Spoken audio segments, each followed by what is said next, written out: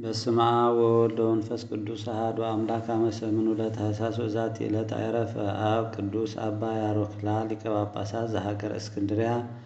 ወውእቱ እምኆልቆሙ ለአበው ሊቃነ ጳጳሳት አሰርቱ ወሰለስቱ ሓደ አምላክ ብዝኾነ በአብ በወልድ በመንፈስ ቅዱስ ስም ሸሞንተ ታኅሣሥ በዛ ዕለት እዚኣ አባ ያሮክላ ናይ እስክንድርያ መበል 13 ሊቀ ጳጳስ ዝነበረ ዘዕረፈላ መዓልቲ እያ። ወለዝንቱ ቅዱስ አብ ኮኑ አበዊሁ ቀዳሚ አረማውያን አመ ወለድዎ መሃርዎ ትምህርተ አረማውያን ወኩሎ መጻሕፍቲሆሙ ወለዲ ናይ ዝቅዱስ አቦ እምነት ዘይነበሮም እዮም ዝነበሩ። ድሓር ግን ክዓቢ ከለዉ ብቆልዑ ናቶም አስተምህሮ እዮም መምሂሮሞ ነይሮም። ወእምድኅረ ዝአምኑ ወተጠምቁ ለውእቱን ወልዶም መሃርዎ ትምህርተ ቤተ ክርስቲያን ወአጽንዓ መጻሕፍተ ዘሐዋርያት ወድሜጥሮስ ሊቀ ጳጳሳት ሴሞ ዲያቆን ወእምዝ ሴሞ ቀሲሰ ውስተ ቤተ ክርስቲያን ዘእስክንድርያ ወአቀበ መሬቱ በሰናይ ተአቅቦ። ድሕሪኡ አሚኖም ምስ ተጠመቁ ግን ወደሙውን እምነት ክርስትና ንኸጽንዕ ገይሮም አምሂሮምዎ። ሐዋርያ ዲሜጥሮስ ሊቀ ጳጳሳት እውን ዲያቆን ገይሩ ጸኒሑ ድማ ቀሺ ገይሩ ኣብ እስክንድርያ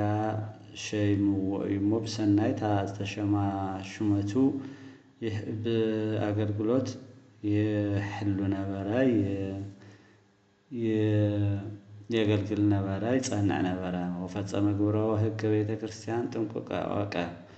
ወሰብአ አይረፈ አብ ዲሜጥሮስ ሀረይዎ ለዝንተ አብ ወሴምዎ ሊቀ ጳጳሳት ላዕለ ሀገረ እስክንድርያ ውእቱን ያዕቀበ መርኤቱ ለክርስቶስ ሎቱ ስብሐትን ዘያጸንዖሙ ውስተ ሃይማኖት ርትዕት ወሜጦሙ ለብዙሃን እምአረማውያን ወአብኦሙ ውስተ ሃይማኖተ ክርስቶስ ሎቱ ስብሐት ወአጥመቆሙ ጥምቀተ ክርስትና። በዓር ሕግ ቤተ ክርስቲያን እናሰርሐ አዝዩ ብዝግባእ ይጓዓዝ ነበረ እሞ አባ ዲሜጥሮስ ምስ ዓረፈ ኤጲስቆጶስ ናይ እስክንድርያ ሊቀ ጳጳስ ናይ እስክንድርያ ገይሮም ሾምዎ። ክብሪ ምስጋና ንዑ ይኹን እሞ ናይ ክርስቶስ መጓሰ ዝኾኑ ህዝበ ክርስቲያን ድማ ብዝግባእ ብሃይማኖቶም እናምሃረና ጽንዕና በርትዐ ንዘይኣመኑ አረማውያን እውን ናብ ሃይማኖተ ክርስቶስ መሊሱ አምሂሩ የጥምቆም ነበረ። ጥምቀት ክርስትና ይቅበሉ ነበሩ። ወመጠወ ለቅዱስ ዲዮናስዮስ ከመ ይግበር ፍትሐ ለመሃይምናን ውእቱሰ ይምሂሮሙ ወይገሥጾሙ እለ ይመይጦሙ ለአላውያን ውስተ ሃይማኖት ርትዕት። ንሱ ነቶም ዘይአምኑ ዝነበሩ ሰባት ናብ እምነት ንኽምልስ ኣብ ዝሰርሐሉ ጊዜ ንቅዱስ ዲዮናስዮስ ድማ ነቶም ዝኣመኑ ኣብ ማእኸሎም ኮይኑ ዳኛ ኮይኑ ክፈርደሎም ሸይምዎ ነበረ። ወነበረ ዲበ መንበረ ማርቆስ ወንጌላዊ 13 ዓመተ ወዐረፈ በሰላም ወስብሐት ለእግዚአብሔር ቸያነን ይምሃረነ በጸሎቱ ለዝንተ አብ ወበረከቱ ተሃሉ ምስሌነ ለዓለመ ዓለም። 13 ዓመተ መንበረ ማርቆስ ምስ አገልገለ በሰላም ዓሪፉ። እግዚአብሔር ምስጋና ይኹን። እግዚአብሔር እውን ብጸሎቱ ይምሃረና በረከቱ ምስ ኩላትና ትንበር። ሰላም እብል ለብፁዕ ያሮክላ ሊቀ ጳጳሳት ዘኮነ እምድሜጥሮስ ከዋላ እሴተ ኖሎት ይንሣእ ወአስበ መምህራን በማእከላ አባግዒሁ አቂቦ እምተኩላ መንግሥተ ሰማያት ወረሰ ሀቢሮ በተድላ። በዛቲ ዕለት ኮና ሰማዕተ ቅዱሳት አንስት በርባራ ወዮልያና። በዛ ዕለት እዚኣ ቅዱሳት አንስቲ በርባራን ዮልያናን ሰማዕትነት ተቐበላላ እያ። ቅድስቲ ባርባራ ጓል ናይቲ ዓብዪ መስፍን ኣብ ቤተ መንግስቲ ዝነበረ ኣብ መክስሚያኖስ ከሓዲ ዘመን ዝነበረ መስፍን ናቱ ጓሉ እያ ዝነበረት። ናይቱ መስፍን ድማ ሽሙ ዲዮስቆሮስ ይበሃል ነበረ። ንሱ ድማ ንጓሉ ንበርበራ መሸፈኒ ገበረላ። ሰብ ከይሪኣ ኣብ ህኑፅ ኣብ ገዛ ንበይና ገይሩ ኣብኡ ይሓብኣ ነበረ የቕምጣ ነበረ እሞ ወእምዝ ኣዲ ኣዘዘ ይግበሩ ማእፈደ ቤተ ብለኔ ወይግበሩ ውስቴቱ ክልኤተ መሳክወ እለ ይትረሃዋ ወሰወ ርእየት ቅድስቲ በርበራ ክልኤተ መሳክወ ኣዘዘቶሙ ለነደቅት ከመ ይግበሩ ሳልሳይ መስኮተ ወእምዝ አግበረት ላዕለ ምህጻበ ማይ ትእምርተ መስቀል ማህያዊ ዘእግዚእነ ኢየሱስ ክርስቶስ ሎቱ ስብሐት። بقر سلسته مسكوت خجور وخلته خجور لا مسكوت عزيزوم نيركن سالساي قبر مس طيقاتو سالساي مسكوت عزيزاتهم سو مسغبر لا ناي غويتنا ناي مدحنا ኢየሱስ ክርስቶስ መስቀል ምልክት አፍስማይ መሕጸቢ ገይራ አቅመጠ ተስራሐት ወሰወ አዋሃ ውስተውቱ ማህፈድ ናፍትን ጻም ሰዓታው ርኤ ዘንተ ዘአግበረ ተወለቶ ተሰአለ በእንተ ዘወይቤሉ ወነደቅት እስመ ወለት ከበርባራ አዘተን ነግበር ዘንተ ወደይ ኢቲኒ ጸዋ ወይቤላ ለምን ገበርቲ ከመዝ ወትቤሉ አእምር ወለብ ኦ አዌ እስመ በስሉስ ቅዱስ ይትፈጸም ኩሉ ግብር በእንተ ዘአግበርኩ ሳልሲተ መስኮተ ወዘንተኒ መስቀለ ክርስቶስ መስቀለ በአምሳለ ስቅለቱ ለመድኃኒነ ኢየሱስ ክርስቶስ ዘወቱ ኮነ መድኃኒተ ኩሉ ዓለም ወአንተኒ ኦ አዌ ተመየጥ እምስተትከ ወአምልኮ ለአምላክ ዘፈጠረከ በአረ مستملسنا افتجازا خير تايرا أي تصريح نيول تحاتهم قال كأيا عزاتنا بلو تاي خجر كني خيل مسبلا أبو كلنا كرز سلت سي بولد بمنفس قدوس وكعب سلوس قدوس كسرح كلوس لازخوانا سالساي مسكوت نخوصه غيره إذ مسكلنا قويتانا نمدحنا نا إيسوس كرسوس كعب قويتها مدحنة عالم كم زخوانا بمستوعال كنا برسل زلنا يمون سخاون أبوي كاوسحتة تمليس كان أملاح كانت زفترك أملكو بلتو وسميع أو هذا تأمنها تماتك وملها سيف ورد بدهرها وقيت وزكونت بكرميها كوك تسادقت وبعات وستيتها وكدنتها أبو أجن تقطع سيف حيز قرص أمس جوه هادي ماسي بالكوخ حدما تخفيتها نعشفنتها وامدهرزتها ميتتها وهاوتني متعالى كالب مكونن كما يكونن وكنا كناني أبي وهلوته بهي بسيط انت سما يدانا ورئيت تلك الدسبربارا وكون زتات أن أوتنا عززا وأجزئنا يسوس كريستوس لو تسمعت أسترعي لك الدسبربارا ونعززا تملسنا أبا أخذت محلفون خالي مكونن مكران خلص حلا وهابا أو مكون مش مكر عاوز بصحة لاجزي يوليانا استفعلت رأيتها موتا يوليانا نعريتها قويت هدما مدهن يعلم كرسوس متيو أجوخي برتعي لي وصنعنا برا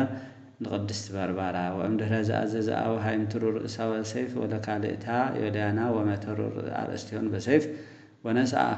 أكل لسم وسويها ورد أسات السماء وأوعى وملأ وهاولا كالو متريانوس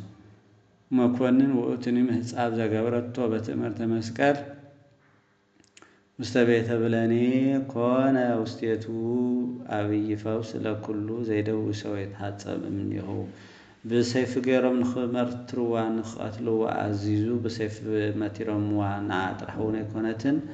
نتخاليت مسال نبرت يوليانا ون يوم بار نخلتي ان سمعت نتقبل غيرهم وند حريقن اسات وريداس اقاصلتهم نباون نتموزو نورو مكونناتن تمرتيان سبحان مكوننن او تامرات ففصمناتم اسات بلعتهم افت محصبي ማይጌራ ሚጣቶ ዝነበረት መስቀል ምልክት ግን ድንቂ ስራሕቲ ተአምር ፈውስና ገበረ ንብዙሓት የድሕን ነበረ ወእንዝነሱ ስጋ ለቅዱሳት ሰማዕት ወአንበርዎሙ ውስተ ቤተ ክርስቲያን ዘአፋ ሃገር እንተ ስማ ገላልያ ወስጋሆሙ ለቅዱሳት ሰማዕት ሃሎ እስከ ኢዜ ውስተ ቤተ ክርስቲያኖም ለቅዱሳን አቡቂሮ ዮሐንስ ሰማዕታት በሃገረ ምስጋ እንድማ ተምዛአመኑ አመንቲ ህዝበ ክርስቲያን አልዒሎም ናብ ቤተ ክርስቲያን ኣብ ስማ ገላልያ ብትበሃል ቦታ ናው ቅዱስ ትስጋን ናው ያዕረፉ አፍቶ ቦታን ስድማ ብዙሓት ናይ ቅዱሳን ሰማዕታት ኣብ ቅዱስ አቡቂርን ዮሐንስን ሰማዕታት ናይ ምስሪ ቤተ ክርስቲያን አው ናይዞም ሰማዕታት ስጋ አሎ ወስብሐት ለእግዚአብሔር ቻነን ይምሃረነ በጸሎቶን ለቅዱሳት ሰማዕት ወበረከቶን ተሃሉ ምስሌነ ለዓለም ዓለም አሜን። ሰላም ለበርበራ እንተ አግሃደት ሃይማኖታ እንዘ ታርኢ ሥላሴ በመስኮተ ቤታ እያፍርሃ መጥባይተ ወሞሰርተ ሐጺን እያህመመታ وسلام كأبل يليانا كالئتا انت سقلوا بكلئ أطباتا وذاتي إلى تذكارا لبسيت انبا مرينا وبركاتات هالو مثلين العالم عالم آمين وزعلت زي أزخرنا يبسيتي انبا مرينا إيمو بركاتنا مسكولاتنا ينبر لزال العالم آمين سلام إبل لزا أطبات لنا بوستقدام تالهك انت إيقان هصانا وإن زي مسلوا بسي إلا مننو وبإلبنا أنكروا مهبراني هلا بسيت انبا مرينا كما بسيتي إيتي سوارئيو بدنا وذاتي إلت أعرف أب قدوس أبا ساميل زبده برقلمون وزنتو قدوس هاجر دكلوبا بهير مسليل دوق بزعلت زيادما أبا ساميل كاب قلمون استرخبه دبر قلمون استرخبه خوينو نسو دما دكلوبا خابت بحال ناي دوق قبصي استرخبه أبو إيو مسغانا እግዚአብሔር ይሁን በረከትና ይዞ ቅዱስ አቦውን ምስኩላትና ተህደር ንዘላለም ዓለም አሜን።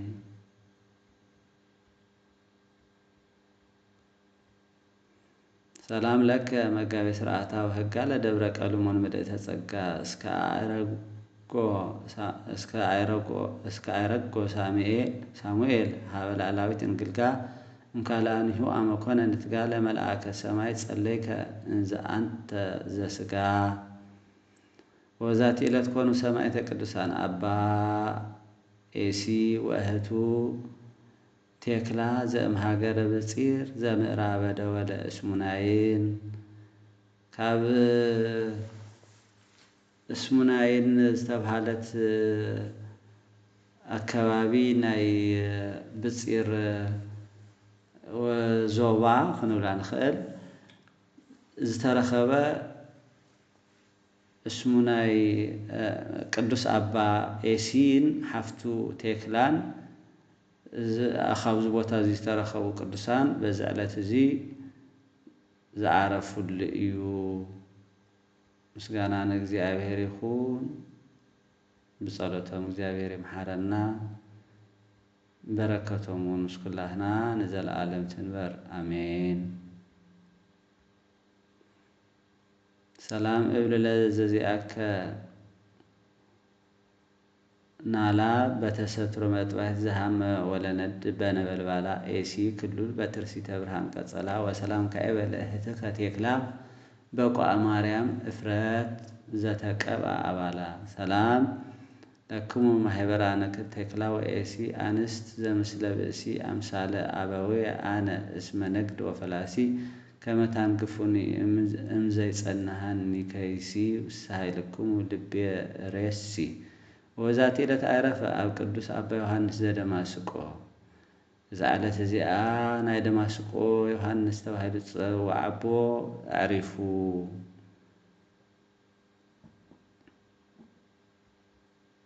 ምስጋና ለእግዚአብሔር ይሁን ናይ አባ ዮሐንስ በረከት ምስኩላትና ይሕደር ንዘላለም ዓለም አሜን። ሰላም እብል እነግር ጽድቆ ለዮሐንስ ዘደማስቆ ሰው መምህሩ አረጋዊ እምደሪሰ ድርሳን አስተርሃቆ አህደገቶ ማርያም በዘይፌጽም ጻሕቆ እስከ በርሳን ጥሉል አይረፈ አብጽቆ ወዛቲ ዕለት አይረፈ አብ ቅዱስ ተክለ አልፋ አበምኔት ዘደብረ ድማህ ወአዲ እረፍቱ ለገብረ ማርያም ጻድቅ ተአማኒ በክርስቶስ ወውእቱ ዘይገብር ተስካሮም ለሰማዕታት ወጻድቃን ለለ አሃዱ በዕለተ ዕረፍቶሙ በአጽብ ወርህዋን ወአልብሶ ርቋን። በዛ ዕለት እዚአ ናይ ቅዱስ ተክለ አልፋ ከምኡውን ናይ ገብረ ማርያም ዕረፍቶም እዩ። ገብረ ማርያም ጻድቅ እዩ ዝነበረ ብክርስቶስ አሚኑ ንሰማዕታት ጻድቃን ንበዓሎም በብበዓሎም ዝኽሪ ይገብረሎም ነበረ ይብል። ወእንዘ ሃለወ ዘከመ ዝግብረ አሚሃ መጹ ተንባላት ውስተ ሃገረ ሸዋ ወእቱኒ ለብሰ አልባሰ ሰናየ ወሖረ ወወአስተ ውስተ ቤተ ክርስቲያን ወጸለየ ጸሎተ ወእንዘ ይጼልይ መጹ ሀቤሁ ተንባላት ወመተሩ ርእሶ በሰይፍ ወነስአ አክሊለ ስም በመንግሥተ ሰማያት። ሰናይ ምግባር ዝገብረሉ ዘመን ግን ናብቲ ዓዲ ዝነበሮ መጺኦም ኣስላም ብሰይፊ ገይሮም ቀቲሎምዎ ናብ ቤተ ክርስቲያን ዋላ ተኸደ ናብ ጸሎት ናብኡ ኣትዮም ኣብ ዝጽልየሉ ሰዓት መጺኦም ብሰይፊ ገይሮም መቲሮምዎ እዮም እሞ ሰማዕትነት ፈጺሙ እዩ። ምስጋና ንእግዚአብሔር ይኹን። ጸሎት ናይዞም ቅዱሳን እግዚአብሔር ይምሃረና። በረከቶም ምስኩላትና ትንበርን ዘለዓለም ዓለም አሜን።